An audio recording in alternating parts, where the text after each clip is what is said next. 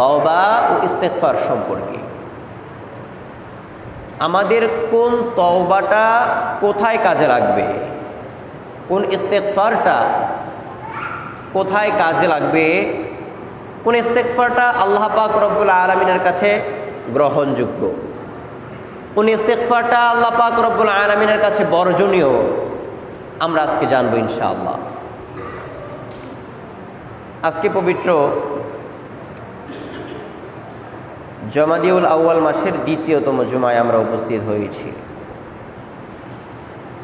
আল্লাহ পাক রব্বুল আলামিন তওবা সম্পর্কে পবিত্র কালামুল্লাহ শরীফের মধ্যে ঘোষণা দিয়েছেন, ইন্নামাত তাওবাতু আলাল্লাহি লিল্লাযিনা ইয়া'মালুনাস সুআ বিজাহালাতিন সুম্মা ইয়াতুবুনা মিন করিবিন ফাউলাইকা আলাইহিম ওয়া কানাল্লাহু আলিমান হাকীমা।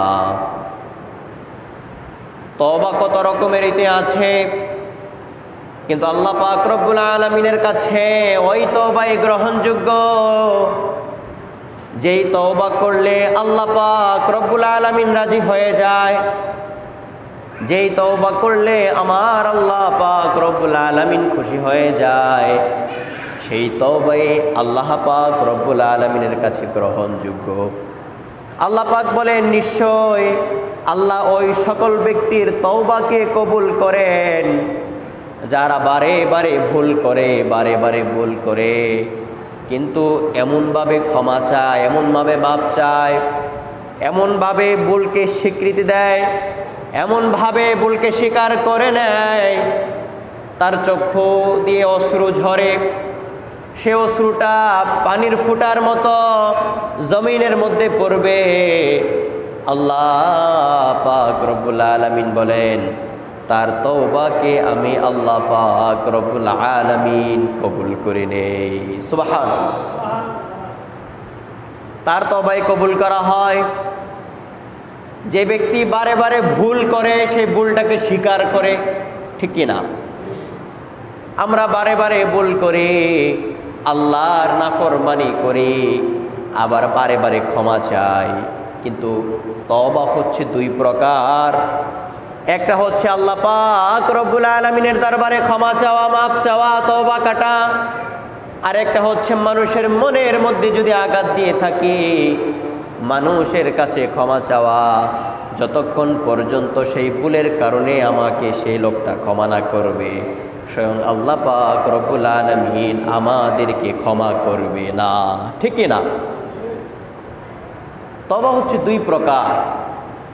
একটা হচ্ছে আল্লাহ আমাদের তারিকাতের মধ্যে, শরিয়ার মধ্যে যা কিছু দিয়েছেন, ওই শরিয়া মোতাবেক আমরা যদি না চলি, আল্লাহর নাফরমানি করি, পাপ করি, গুনাহ করি, এই গুনাহটা যদি সে আটলান্টিক মহাসাগরের মতন হয়, সেই গুনাহটা যদি উহুদ পাহাড়ের উঁচার মতন হয়, আল্লাহ মাফ করবে বলেছেন, ঘোষণা দিয়েছেন কোরআনের মধ্যে যে ইন্নামাত তাওবাতু আলাল্লাহি লিল্লাযিনা ইয়া'মালুনাস সুআ বিজাহালাতিন সুম্মা ইয়াতুবুনা মিন করিবিন ফাউলাইকা ইয়াতুবুল্লাহু আলাইহিম ওয়া কানাল্লাহু আলিমান হাকীমা। পড়েন সুবহানাল্লাহ।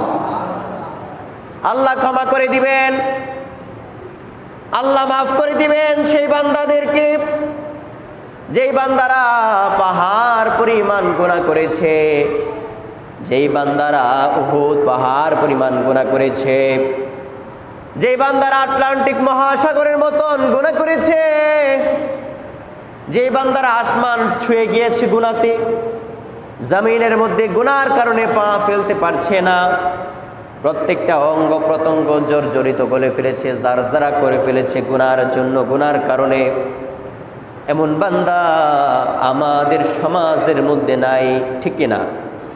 আছে? এরকম গুনাহগার কি সমাজে আছে? মনে হয় নাই। আছে? আমি জানি আমাদের মহানী এলাকার মধ্যে নাই, কিন্তু দূরে এলাকার মধ্যে মনে আছে। প্রিয় ভাইয়েরা আমার, গুনাহ ছাড়া কোনো ব্যক্তি হয় না। কারো গুনাহ বেশি, আবার কারো গুনাহ কম। আমার আল্লাহ পাক রব্বুল আলামিন বলেন, যার গুনাহ বেশি থাক, যার গুনাহ কম থাক, সমস্যা নাই। যদি আমরা ভুল করে থাকি, আমরা যেন আমার আল্লাহ পাক রব্বুল আলামিনের কাছে ক্ষমা চাই। ক্ষমাটা যেন এরকম হয়, আমরা যেন অনুতপ্ততা স্বীকার করি, আমরা যেন ক্ষমা চাই, মাপ চাই। আমরা কিভাবে ক্ষমা চাবো, কিভাবে মাপ চাবো, আমাদের আদি পিতা আমাদেরকে শিক্ষা দান করেছেন। আদম আলাইহিস সালাম যেই সময় ভুল করলো, শত শত বছর কেটে গেল, আল্লাহ পাক রব্বুল আলামিন মাফ করেন না। আল্লাহ পাক রব্বুল আলামিনের দরবারে পড়ল, রব্বানা যালামনা আনফুসানা ওয়া ইল্লাম তাগফির লানা ওয়া তারহামনা লানাকুনান্না মিনাল খাসিরিন। সুবহানাল্লাহ। আল্লাহ পাক রব্বুল আলামিনের দরবারে আদম আলাইহিস সালাম গুনাহ মাফের জন্য কান্নাকাটি করতে লাগলো। 100 বছর নয়, 200 বছর নয়, 300 বছর নয়, 350 বছর পর্যন্ত কাঁদতে লাগলো।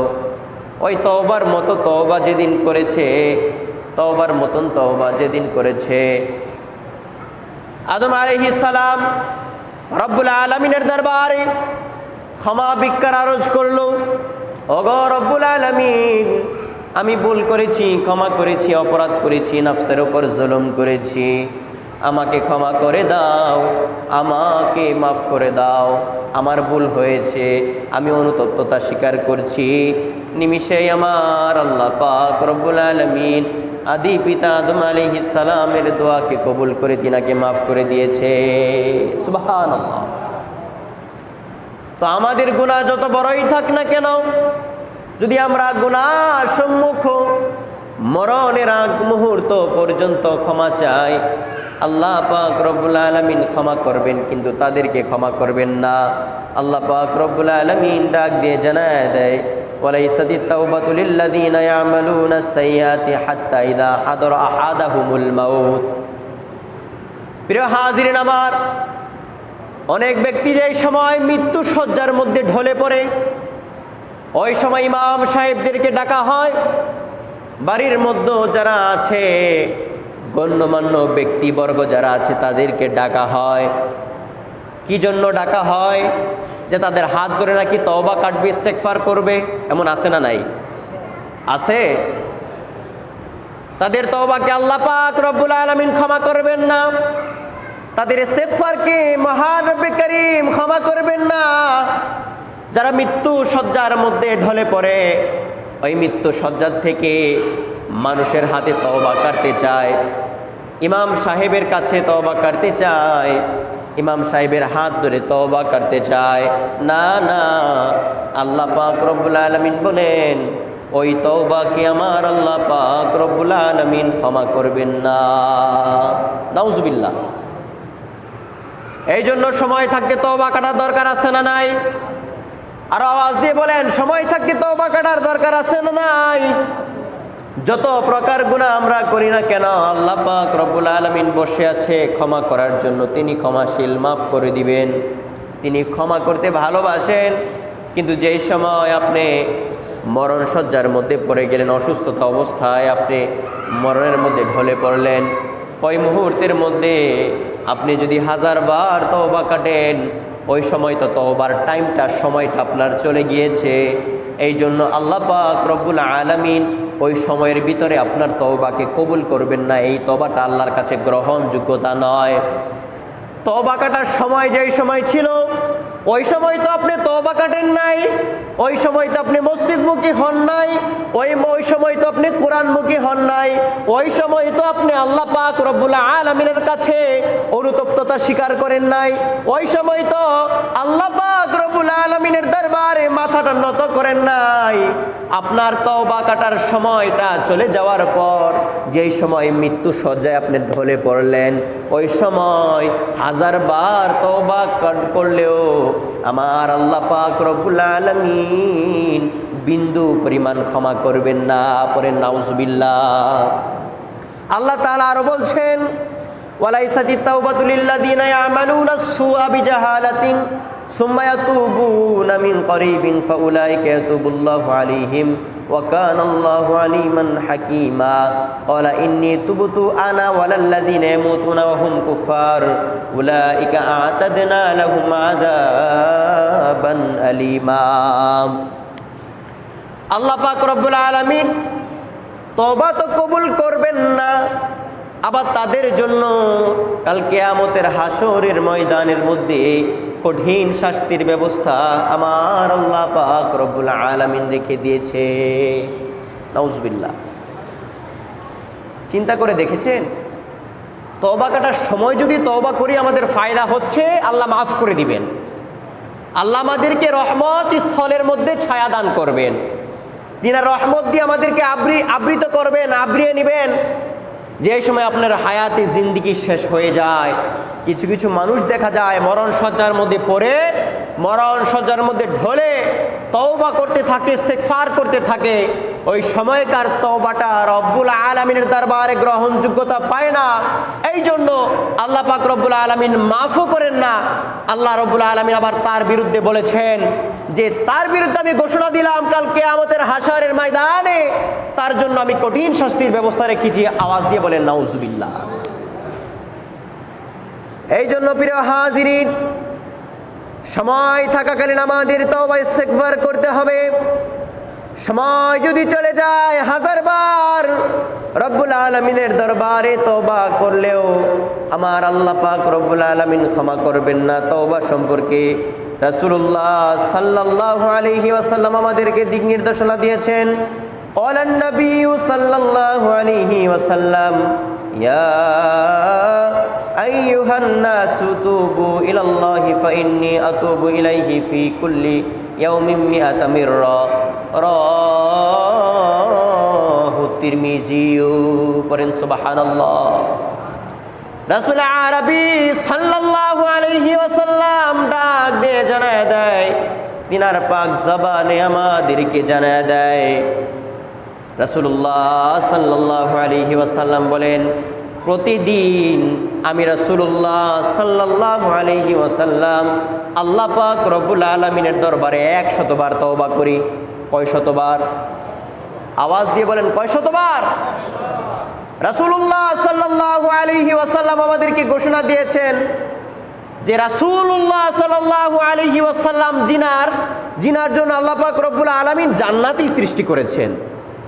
জান্নাতের মালিক যিনি, হাউজে কাউসারের মালিক যিনি, কামলে ওয়ালা নবী রাহমাতুল লিল আলামিন, তিনি জান্নাতের সার্টিফিকেট প্রাপ্ত। শুধু জান্নাতের সার্টিফিকেট প্রাপ্ত নয়, তিনার জন্যই আমার আল্লাহ পাক রব্বুল আলামিন জান্নাতটাকে সৃষ্টি করেছেন। পড়েন সুবহানাল্লাহ। এমন একজন নবী যিনার উম্মত আমরা হয়েছি, এমন নবীজির উম্মত হয়ে আমরা ধন্য হয়ে গিয়েছি। তিনিও প্রত্যেক দিন 100 বার আমার আল্লাহ পাক রব্বুল আলামিনের দরবারে ক্ষমা চেয়েছে। আল্লাহু আকবার। তিনি আমাদেরকে শিক্ষা দান করেছে। তিনি তো নবী, তিনি তো রাসূল।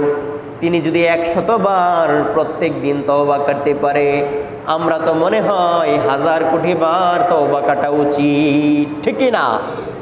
তিনি নবী হয় যদি 100 বার তওবা করতে পারে, আমরা তো হাজার হাজার লক্ষ লক্ষ কোটি কোটি বার আমাদের তওবা ও ইস্তেগফার করা দরকার। কথা বলেন ঠিক কি না? কমপক্ষে লক্ষ লক্ষ বার তওবা কাটা উচিত। কিন্তু আল্লাহ পাক রব্বুল আলামিন বলেছে, শোনো, তওবার মতন যদি তওবা একবার করতে পারো, আমি আল্লাহ পাক রব্বুল আলামিন তোমার জন্য যথেষ্ট হয়ে যাবে। পড়েন সুবহানাল্লাহ। ঘোষণা তিনি দিয়ে দিয়েছেন। তারপর আসুন হাদিস শরীফের মধ্যে তওবা সম্পর্কে বলা হয়েছে, তওবা ও ইস্তেগফার আমি করব আমার আল্লাহ পাক রব্বুল আলামিনের দরবারে যদি আমি কোনো ভুল ত্রুটি করে থাকি আল্লাহর দরবারে। কিন্তু একজনকে আমি প্রহার করেছি, একজনকে আমি মেরেছি, কোনো মুসলিম উম্মাহ ভাইকে আমি প্রহার করেছি, কোনো মুসলিম উম্মাহ ভাইয়ের মনের মধ্যে আমি আঘাত দিয়েছি, কোনো মানুষের মনের মধ্যে আমি আঘাত দিয়েছি, কোনো বান্দা বান্দির মনের মধ্যে আমি আঘাত দিয়েছি, আমাদের হস্ত দ্বারা হোক, আমাদের কণ্ঠনালী দ্বারা হোক, আমাদের জবান দ্বারা হোক, আমাদের হাত দ্বারা হোক, পা দ্বারা হোক, যেটাই দ্বারা হোক না কেন, খোদার কসম, যতক্ষণ পর্যন্ত সেই ব্যক্তিটা আমাকে ক্ষমা না করবে, আল্লাহ রব্বুল আলামিন আমাদেরকে বিন্দু পরিমাণ ক্ষমা করবেন না। ঠিক না? যতক্ষণ পর্যন্ত আল্লাহর আইন একেবারেই সোজা, একেবারে আলিফের মতন সোজা, যে আল্লাহ বলেন যদি আমার কাছে কোনো গুনাহ করে থাকো, পাহাড় পরিমাণ গুনাহ করেছ, তওবার মতন তওবা কেটে ফেললেই আমি তোমাদেরকে ক্ষমা করে দিব। আওয়াজ দিয়ে বলা যাবে কি সুবহানাল্লাহ?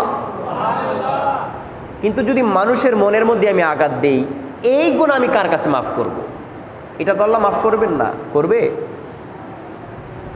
মানুষের মনের মধ্যে আঘাত দিলে মরণের আগ মুহূর্তেই আমাকে ক্ষমা চাইতে হবে তার কাছে, যে আমি আপনাকে আঘাত করেছি, আপনার মনে কষ্ট দিয়েছি, আমাকে ক্ষমা করে দিবেন।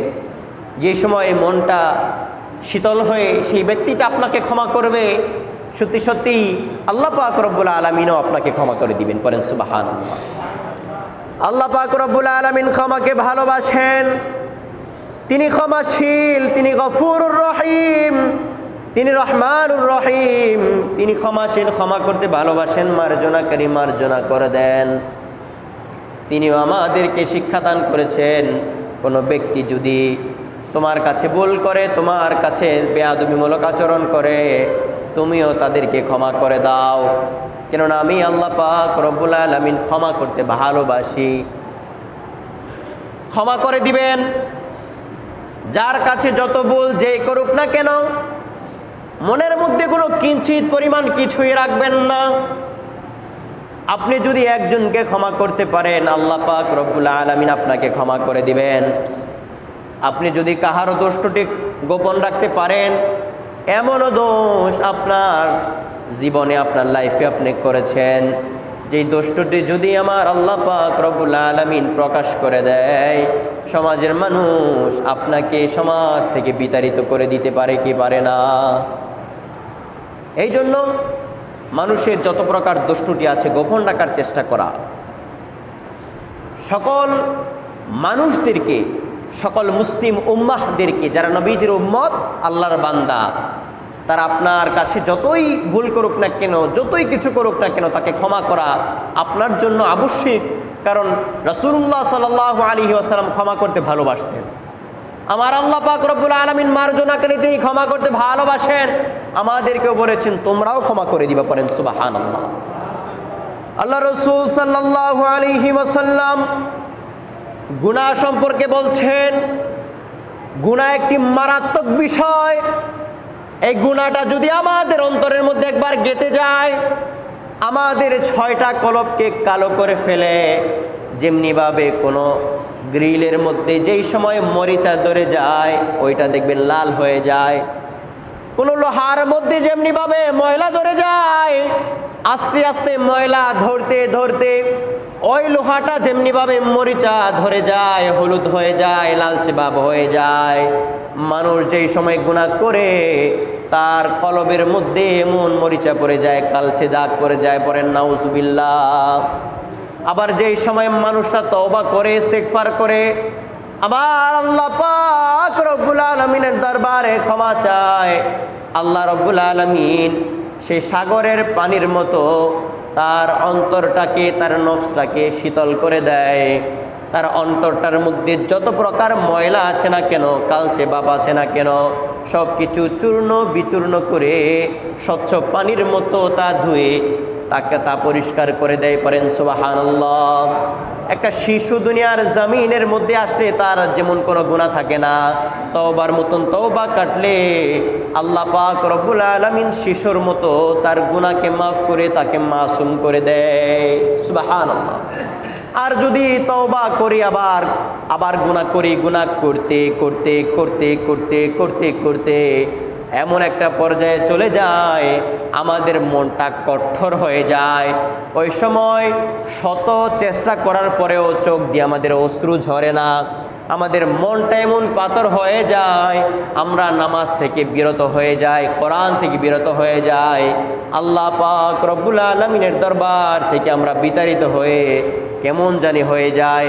আমাদের মুখ দিয়ে যেটা আসে সেটাই বলতে থাকি, মানুষকে যেটা দিয়ে প্রহার করলে মানুষ কষ্ট পায় ওটা দিয়েই করার চেষ্টা করি। এরকম করলে চলবে না। আমরা মরণের আগেই আসতে হবে, মসজিদের মুখে হতে হবে, কোরআনটাকে ধরতে হবে, তওবা ও ইস্তেগফার করে মরণের আগে সেই মাসুম বাচ্চার মতো আমাদেরকে হতে হবে। কথা বলেন ঠিক কিনা? যদি না হয় ভয়াবহ আযাব আল্লাহ পাক রব্বুল আলামিন আমাদের জন্য লিপিবদ্ধ করে রেখে দিয়েছেন কিয়ামতের ভয়াবহ ময়দানের মধ্যে। এই জন্য শয়তানের কুমন্ত্রণা থেকে বের হয়ে আমাদেরকে তওবা ইস্তেগফার করার দরকার আছে না নাই? আওয়াজ দিয়ে বলি, তওবা করার দরকার আছে না নাই? ইস্তেগফার করার দরকার আছে না নাই? আমরা কি চিরকাল নাফরমানি করব? আওয়াজ দিয়ে বলুন, চিরকাল কি আল্লাহর কাছে নাফরমানি করব? কোনো মুসলিম ভাইকে কষ্ট দিব?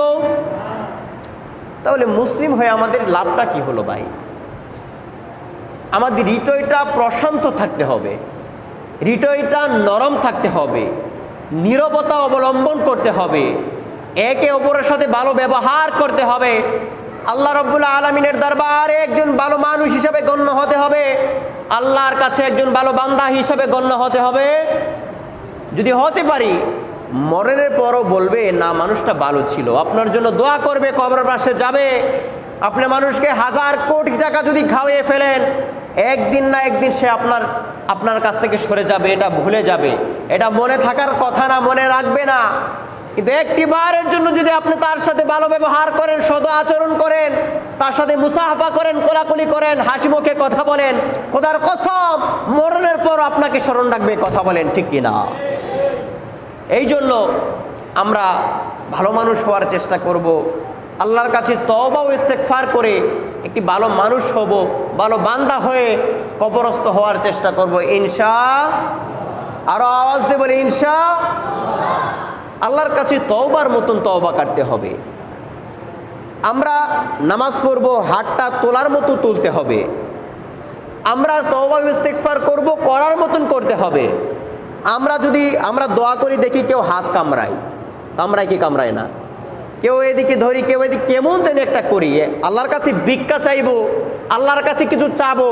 আমরা যদি বাড়ির মধ্যে কারোর কাছে ভিক্ষা চাই, ওইটাও তো নরম কণ্ঠে চাই। কথা বলেন ঠিক কিনা? কিন্তু আল্লাহর কাছে তওবা করতে আমাদের এরকম কেন? আমরা তো নির্লজ্জতা কেন অবলম্বন করি?